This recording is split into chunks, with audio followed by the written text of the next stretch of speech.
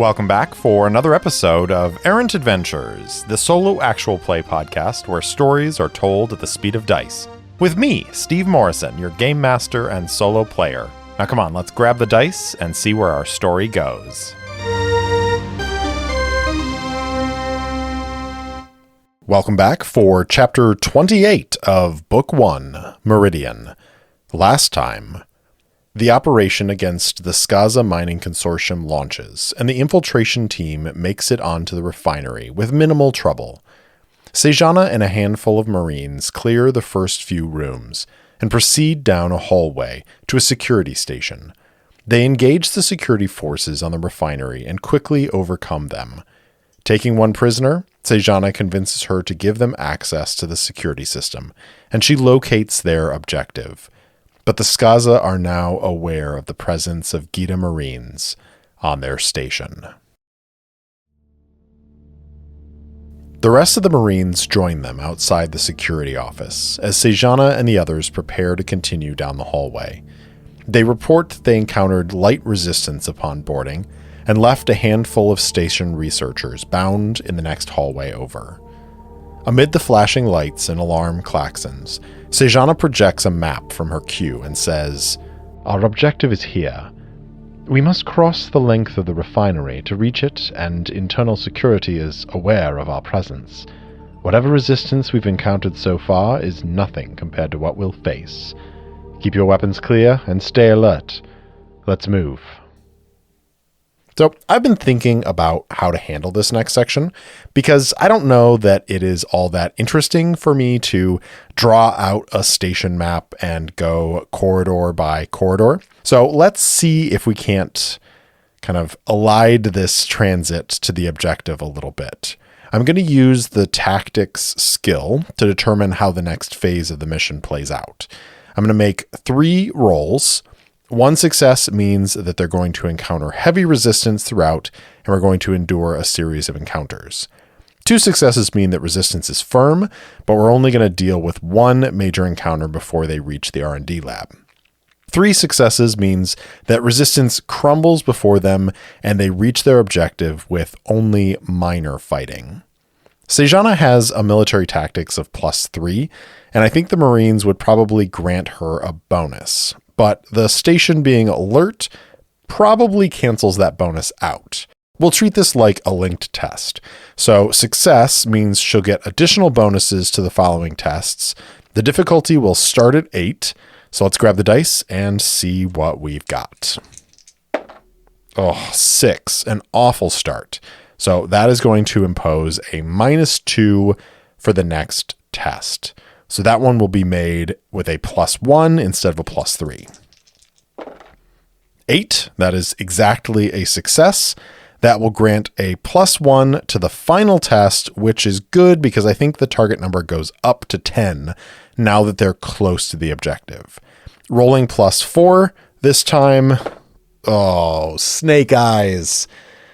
Well, shit. These dice are not falling in my favor. That is a second failure, so heavy resistance it's going to be. How many encounters will that be? Let's roll 2 dice and take the higher of the 2. 3. And what are those encounters going to be?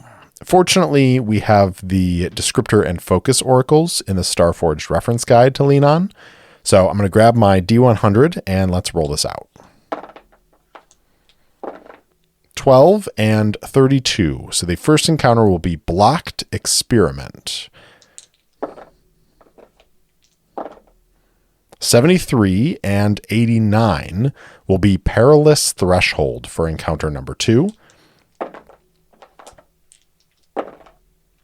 8 and 75 automated shelter for encounter 3. Ooh, the ideas are already starting to bubble up. This isn't going to be easy, so let's envision what this looks like. The infiltration team turns down the 3rd corridor, and Sejana begins to hear warning bells in the back of her mind. They should have met resistance by now, but the corridors remain eerily quiet, aside from the warning klaxons. This corridor is one of the major junctions running through the refinery, so she's surprised when there's no obstruction in sight. It seems clear, which isn't right at all. Beside her, Vithena orders the Marines to stagger their advance. Perhaps he's feeling the same sense of foreboding.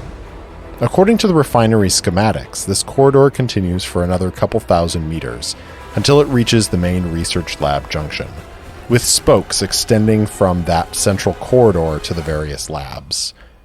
They continue on for another 100 meters or so, when a loud crunching sound fills the air. A barrier descends from the ceiling about 20 meters ahead, slamming into the floor and blocking their path forward. At the same time, panels open on the ceiling, and 3 metal spheres drop into the corridor with a whine. The first 2 Marines stop and drop to their knees, releasing small discs on the ground in front of them. Mobile energy barriers spring up and the rest of the team crouches down as a torrent of weapons fire erupts from the spheres. There's another whine behind them and 3 more drop from the ceiling. The rear guard drop their own barriers as Marines scatter to find whatever cover they can. Sejana ducks against a nearby door and flicks her Q open, syncing with the door in an effort to override the locking system. Let's go ahead and make a computers check at target number of 9. Sejana has a +3. Here we go. 12 total. That is going to be a success with 2 effect. Her code-breaking software tears through the security lock on the door, and it slides open in seconds. She spins and crawls into the room. What does she see? Let's roll on the derelict research table. In Starforged, the derelict tables are used to generate a ship or station as you explore it. And while this refinery is certainly not a derelict, I think we can use those same resources to determine what this room is. So the first roll will tell us what the area is like. 16, that's cold storage. Next, let's grab a feature for the room. 63, an inscrutable artifact. That is not what I was expecting. We've got layers on layers of problems here, but maybe an opportunity. The door slides open, and immediately a burst of cold air rolls out into the hallway. Sejana twists into the room, weapon raised, crawling on her knees in one hand. It's a cold locker with at least 24 metal drawers lining the walls, labeled with a variety of terms. Some she recognizes as minerals or metals, others she doesn't. Along the back wall is a large counter with a single obsidian crystal barely floating above the surface of the table. Small, taut wires keep it from floating away. Does Sejana recognize this crystal? I think it's almost certain that she does, as I've got a pretty strong idea of what it could be. So 90 or less will be a yes. 60. She definitely recognizes it, but she doesn't really have time to do anything about it at this moment. Instead, having assessed the room for live threats, she leans back out the door to take aim at the drones. It's going to be initiative. Rolling intellect for Sejana at +2, dexterity for the Marines at +1, and dexterity for the drones at +2. Sejana will also roll tactics in an attempt to boost her and the Marines' initiative. So let's resolve that first. Sejana has a +3 in tactics versus a target number of 8. 10 for an effect of 2. Sejana and the Marines get to add that to their initiative rolls. So Sejana is going to be rolling +4. 7 total. The Marines at +3. 10 total. And the drones at +2. 8 total. I think this makes sense. Sejana is distracted by the room and clearing that, so she doesn't act as fast as the Marines against the drones. There are a total of 6 drones in this first round. So as not to slow this down too much, I'm going to shorten some aspects of this combat. Rather than each Marine taking their own turn, I'm going to combine them into one roll and treat them like the auto feature on weapons. So they're going to make an attack against the drones, and add plus 12 to the damage, 1 for each Marine. Again, playing fast and loose with the rules, I'm going to set a hit point total for the 6 drones, and then an armor value, which will reduce the amount of incoming damage each turn. So each drone has 30 hit points, and that is going to mean they're going to have a pool of 180 hit points that the Marines will have to whittle down. And I'm going to say that they have 10 armor, which will reduce that incoming damage each time. For the Marines, to make it easy on myself, I'm going to give them 30 hit points as well. That's basically the equivalent of 10s in their strength, dexterity, and endurance. Plus, their armor reduces 15 points of damage, so that is going to be 360 hit points in their pool.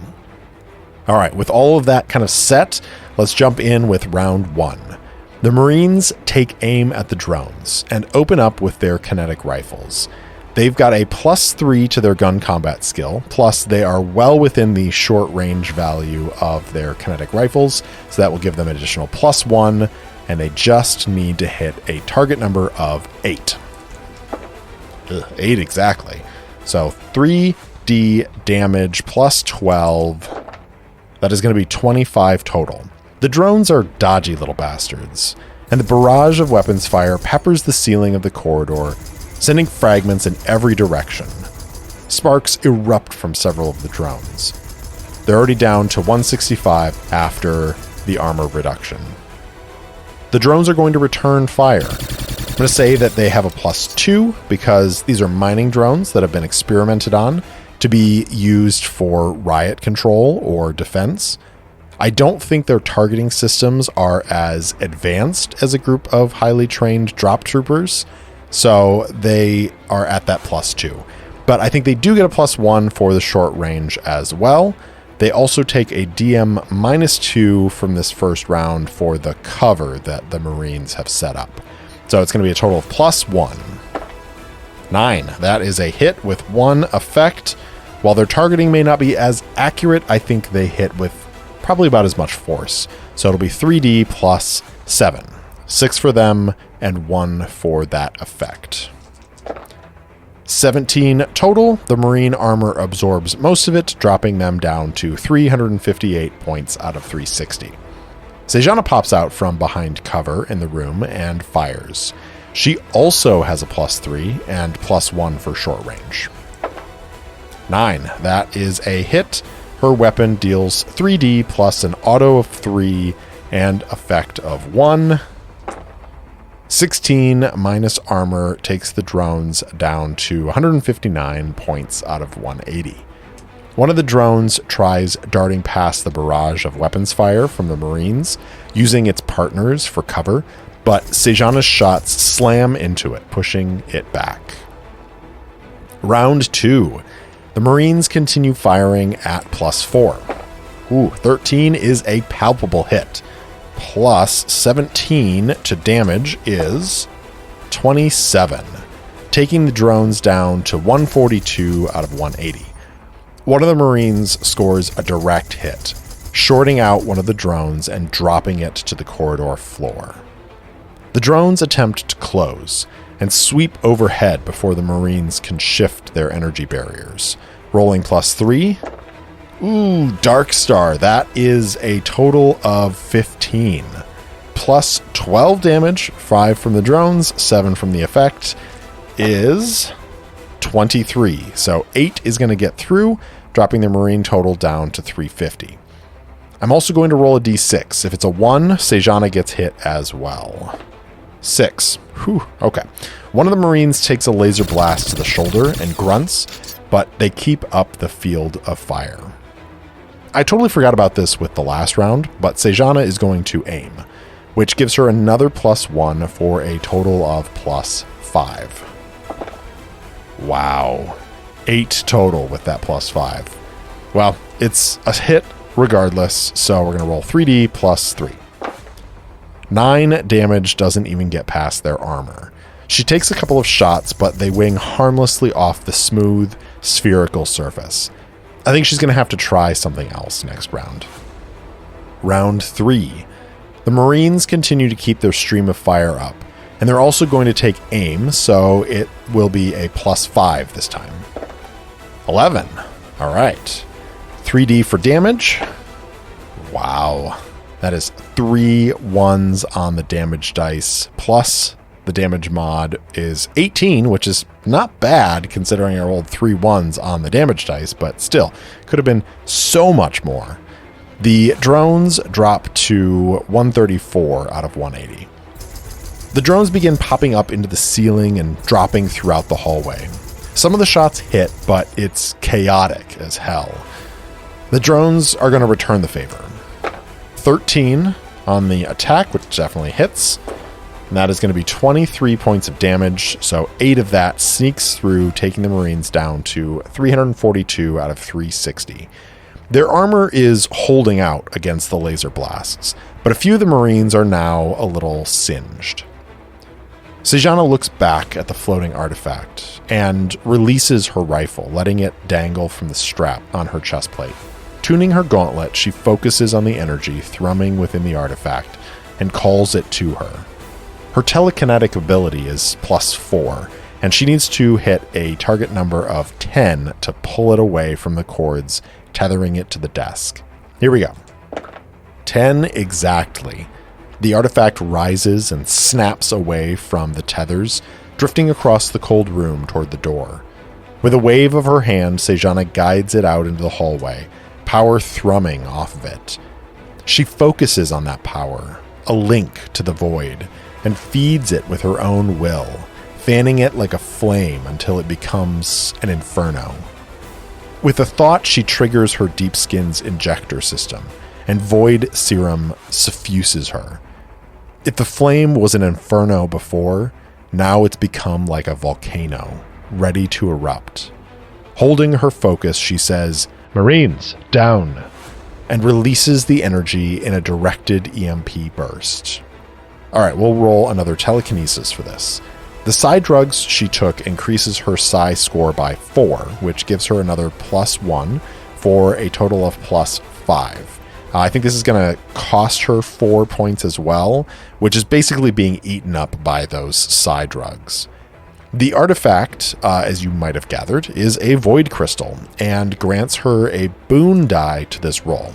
The target number is going to start at 8, and if she hits that, she'll knock out one of the drones. For every effect above 8, she takes out another run. Rolling 3D, keeping the best 2, +5. 11 + 5 is 16. The Marines hit the deck as the crystal flickers with sickly purple-green energy, pulses, and then fires beams of that same energy at the drones flying around the ceiling. The lights in the corridor flicker out as the 5 drones stop in mid-flight and drop to the floor. There's silence for a long moment as Sejana steps into the hall and gestures at the crystal. It floats to her, slowly shrinking to the size of a gemstone and sliding into a waiting compartment on her gauntlet. Her heart still thunders from the drugs and the exertion, but she focuses her mind and forces her breathing to steady. Sejana feels the eyes of the 12 Marines staring up at her as the emergency lights click on. One of them breathes out a, "Holy shit."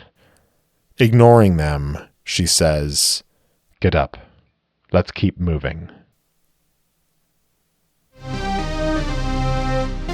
Thanks for listening to Errant Adventures. If you enjoyed the show, please spread the word. And if you want to support the show directly, leave me a review or support me on Patreon at patreon.com/errantadventures. You can also buy me a coffee at ko-fi.com/errantadventures.